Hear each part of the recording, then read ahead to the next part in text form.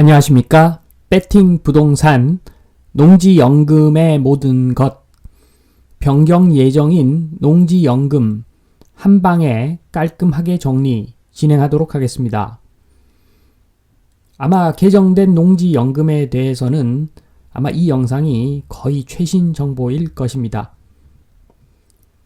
자, 농지은행 사이트에 있는 내용이 일단 정리가 잘 되어 있긴 한데 그 내용에 개정된 내용은 빠져 있기 때문에 제가 그 내용 플러스 개정된 내용을 말씀드리겠습니다. 자, 농지연금의 장점. 첫 번째, 부부 종신 지급. 사망한 배우자가 농지연금을 받던 농업인이라면 승계하여 배우자 사망 시까지 계속해서 농지연금을 받을 수 있습니다. 단 신청 시 배우자가 60세 이상이어야 한다. 이런 조건이 있는데 지금 내년 2022년 상반기부터는 신청 연령이 65세에서 60세로 줄어들기 때문에 아마 이 규정이 약간은 바뀔 수도 있습니다. 자, 배우자도 60세 이상이어야 된다. 지금 이런 문구가 있는데 이 부분이 조금 변경될 여지가 있습니다. 자, 2번 영농 또는 임대소득 가능.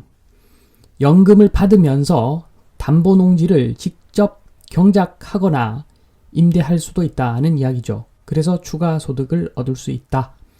자, 3번 재정 지원으로 국가 돈이죠. 국가 돈으로 연금을 주니까 안정성이 확보된다는 내용이죠.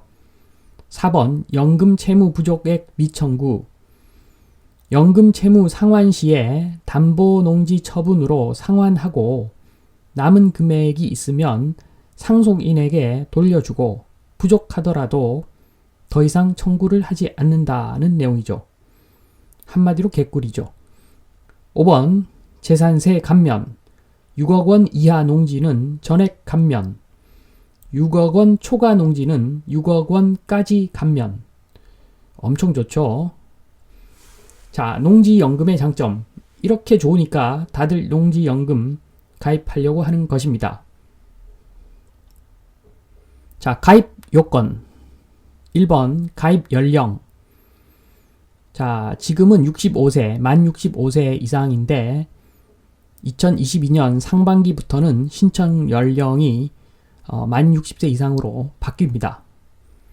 자, 이것은 시행령 개정 사항으로서 이 시행령이 법령이 내년 2월에 아마 개정이 될 겁니다. 아마 큰 이변이 없으면 내년 2월에 개정이 되면 내년 2월 이후에 아마 이 연령, 가입 연령 적용이 바뀔 것 같습니다.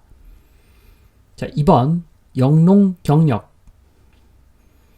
신청인의 영농 경력이 5년 이상일 것. 자, 이것은 전체 영농 기간 중에서 합산 5년 이상이면 된다는 이야기입니다. 한마디로 띄엄띄엄 경작한 기간을 다 합했을 때 5년 이상이면 된다는 이야기지요. 자, 3번 대상 농지. 이 대상 농지는 다 중요합니다. 자, 모든 조건을 충족해야 되는데 1번 농지법상의 농지. 농사 짓는 농지를 말하는 거죠. 중에서 공부상 지목이 전답 과수원으로서 사업 대상자가 소유하고 있고 실제 영농에 이용되고 있는 농지이어야 한다. 가장 중요한 요건이고, 자, 그 다음 2번과 3번은 같이 보겠습니다. 2번은 사업 대상자가 2년 이상 보유한 농지. 상속받았을 때는 피상속인의 보유기간 포함이고, 3번은 사업 대상자의 주소지를 담보농지가 소재하는 시군구 및 그 연접한 시군구 내에 두거나 직선거리 30km 이내 지역에 위치하고 있는 농지. 자, 이번 3번 규정은 2020년 1월 1일 이후 신규 취득한 농지부터 적용하는 것입니다. 자, 그 다음 저당권 등 제한 물건이 설정되지 아니한 농지가 원칙이긴 한데 선순위 채권 최고액이 담보농지 가격의 100분의 15 미만인 농지는 가입 가능합니다. 자, 이 부분 또 2022년 상반기에 상반기 이후에 시행규칙이 변경되고 나면 시행규칙 변경이니까 시행령 변경하고 나서 변경이 되니까 빠르면 내년 상반기겠죠. 자, 이 규정은 담보 설정 농지 담보가 설정된 농지는 담보액이 농지 가격의 15% 미만일 경우에만 농지연금 가입이 가능했으나 예외적으로 15% 이상 30% 이하인 경우에도 일시 인출형 상품 가입을 통해 대출 금액을 전액 상환하는 조건으로 가입이 허용된다. 자, 이게 내년 상반기 이후에 변경되는 내용입니다. 제외 농지 1번 불법 건축물이 설치되어 있는 토지 2번 본인 및 배우자 이외의 자가 공동 소유하고 있는 농지. 자, 본인하고 배우자가 공동 소유하고 있는 농지는 된다는 이야기죠. 3번 개발 계획이 확정된 지역의 농지 등 농지연금 업무 처리 요령에서 정한 제외 농지. 4번 2018년 1월 1일 이후 경매 및 공매 경매 공매 후 매매 및 증여 포함 경매 및 공매를 원인으로 취득한 농지. 자, 이것은 2018년 1월 1일 이후부터 적용이 되는 사항인데 가만히 보면 이 제외농지의 4번 규정 경공매로 인한 취득하고 앞서 대상농지에서 2번, 3번 규정 2020년 1월 1일 이후 신규 취득한 농지부터 적용하는 그 2년 이상 보유한 농지 플러스 동일 시군구, 연접 시군구 30km 이내 지역 요 2번, 3번 조건을 충족하면 비록 그 2018년 1월 1일 이후에 경매 및 공매로 취득한 농지라 할지라도 대상 농지가 되는 겁니다. 자, 한마디로 대상 농지 2번, 3번 그 항목과 제외 농지 4번 항목이 서로 붙으면 대상 농지가 이긴다. 이렇게 보시면 간단할 것 같습니다. 자, 담보 농지 가격 평가 방법. 잘 아시겠지만 개별 공시지가의 100% 하고 그 다음에 감정평가 가격의 90% 둘 중에서 유리한 쪽으로 가입자가 선택할 수 있습니다. 자, 지급 방식은 종신형과 기간형이 있는데 종신형은 사망까지 연금을 수령하는 것이고 기간형은 설정 기간 동안 연금을 수령하는 것입니다. 자, 그래서 정액 종신형, 전후 후박형, 일시 인출형, 기간 정액형, 경영 이양형, 현재로서는 이러한 타입이 있습니다. 자, 이 중에서 경영 이양형을 보겠습니다. 지금 현재는 지급기간 종료 시 공사의 소유권을 이전하는 조건을 전제로 해서 더 많은 연금을 받는 유형인데 내년 상반기 시행령이 개정이 되면 아마 내년 2월쯤으로 추정이 됩니다. 그때는 경영 이양형 상품이 조금 바뀌는데 지급기간 만료 시에만 담보농지를 한국농어촌공사에 매도하도록 하고 있으나 가입자 사망 시에도 담보농지를 공사에 매도하도록 개선할 예정입니다. 자, 2022년 상반기에 아마 2월에 자, 그리고 지급 방식별 가입 가능 연령 항목이 나오는데 이것은 말씀드렸듯이 내년 2월에 2022년 상반기부터 신청 연령이 60세로 바뀌기 때문에 이 표 전체가 전반적으로 바뀔 것 같습니다. 자, 그리고 2022년 상반기에 뭐 법 개정 없이 바로 지금 시행할 수 있는 부분이기에 아마 특별한 이변이 없으면 내년 뭐 1월부터 적용 가능할 것으로 보여지는 사항이 있는데 그 첫 번째가 우대 상품입니다. 우대 상품. 저소득 농업인하고 장기 영농인에 대한 우대 상품. 그래서 월 지급금을 5에서 10%까지 추가로 지급하는 상품이 나올 것 같습니다. 자, 여기서 저소득 농업인이라고 하는 것은 기초생활수급자 중 생계급여 대상자, 기준 중위소득 30% 이하인 사람을 말하고, 장기 영농인이라고 하는 것은 영농 경력 30년 이상인 사람을 말합니다. 그리고 2022년 상반기에 또 변경되는 사항은 상품 변경이 가능하다. 기존 가입자가 제도 개선 등으로 중도 해지 후 재가입하는 사례를 방지하고 상품 선택의 폭을 확대하기 위해 상품 전환을 위한 약정 변경을 허용한다는 내용입니다. 종신형 등 상품 유형에 제한하지 않고 가입 후 3년 내에 1회에 한해 허용한다는 그런 내용입니다. 또 다른 사항은 중도 상환, 가입자가 원할 경우 연금 채무액 중도 상환을 허용하여 채무 부담에 의한 해지를 방지할 계획이다.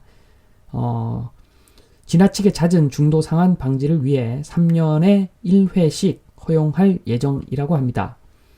아마 이 두 가지 사항은 2022년 1월부터 아마 적용될 확률이 굉장히 높습니다. 자, 그리고 2022년 하반기 이후에 적용될 사항들이 좀 나오는데, 부기 및 신탁 등기, 이 사항은 공사법하고 시행령을 다 바꿔야 되는 사항이기 때문에 아주 빠르면 2022년 하반기에 적용이 되겠지만 그보다는 좀 늦게 적용될 확률이 높습니다. 연금 가입 시 저당권이 설정된 담보농지에 대하여 부기 등기를 의무화하는 한편 가입자 선택에 따라 신탁 등기 방식을 도입하여 가입자 사망 시 배우자의 연금 수급권이 원천 보호되도록 개선할 계획이라고 합니다. 그리고 2022년 하반기 이후 시행령을 개정해야 될 사항이 두 가지가 더 나오는데, 첫 번째가 임대형 상품, 농지은행의 타사업, 장기 임대차, 임대수탁으로 농지연금을 가입하는 경우에는 임대 수입과 함께 월 지급액의 5%를 추가로 지급하는 신규 상품을 도입할 예정이라고 합니다. 그리고 담보농지 매입 제도라고 해서 연금 지급기간 종료 후 농지연금 채무액에 대한 현금 상환이 어려워 부득이하게 농지를 처분하여 상환하게 될 경우 공사가 농지를 우선 매입할 수 있는 제도를 도입할 계획이라고 합니다. 참고로 현재는 현금 상환이 어려울 경우 법원 경매를 실시하게 되고 농어촌 공사는 2차 유찰될 때까지 경매에 참여하지 못하므로 실질적으로 해당 농지를 매입할 수 없는 상황이라고 합니다. 자, 다음은 적용금리입니다. 적용금리는 지금 현재 첫 번째가 고정금리 2%, 그 다음 두 번째가 변동금리인데 당연히 2%보다는 낮겠지요. 선택할 수 있다. 자, 마지막으로 농지연금 지급 정지 사유, 모두 6가지가 나오는데 가만히 읽어보면, 자, 해서는 안 될 행동, 좀 이상한 행동, 그런 걸 하면 농지연금 지급 정지 사유입니다. 한번 자세히 읽어보면 될 것 같고, 자, 지금 처음부터 쭉 한번 변경 예정인 농지연금 제도만 한 번 더 정리를 해드리면, 자, 첫 번째가 가입 연령 변경, 2022년 아마 2월에 그 시행령이 개정되고 나면 신청 연령이 65세에서 60세로 줄어들 것 같습니다.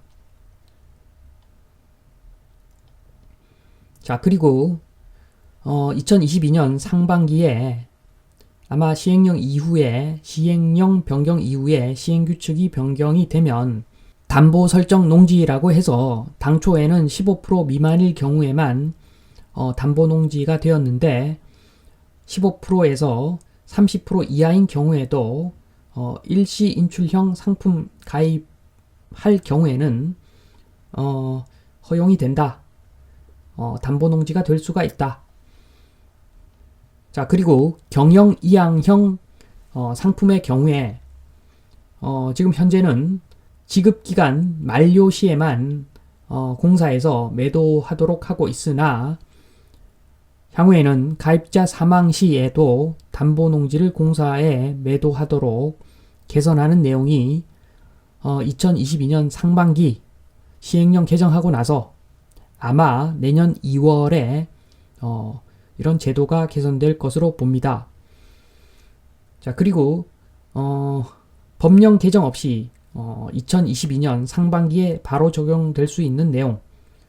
첫 번째가 그 우대 상품, 월 지급금을 5에서 10% 정도 추가 지급하는 우대 상품,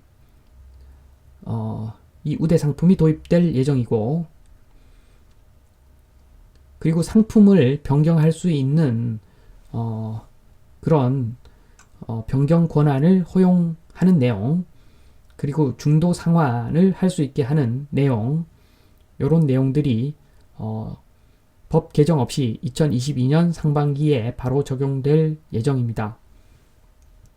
그리고 2022년 하반기 이후에 공사법과 그 시행령을 모두 개정하고 나서 적용 가능한 부기 및 신탁 등기에 대한 내용이 있었고, 그 다음에 2022년 하반기 이후 시행령을 개정하고 나서 적용하는 임대형 상품 도입과 담보농지 매입 제도, 이런 내용이 있었습니다. 지금까지 농지연금의 모든 것, 지금 현재 제도와 내년 이후에 변경 적용될 내용까지도 모두 포괄해서 한 방에 농지연금에 대해서 정리를 하였습니다. 이만 마치겠습니다. 감사합니다.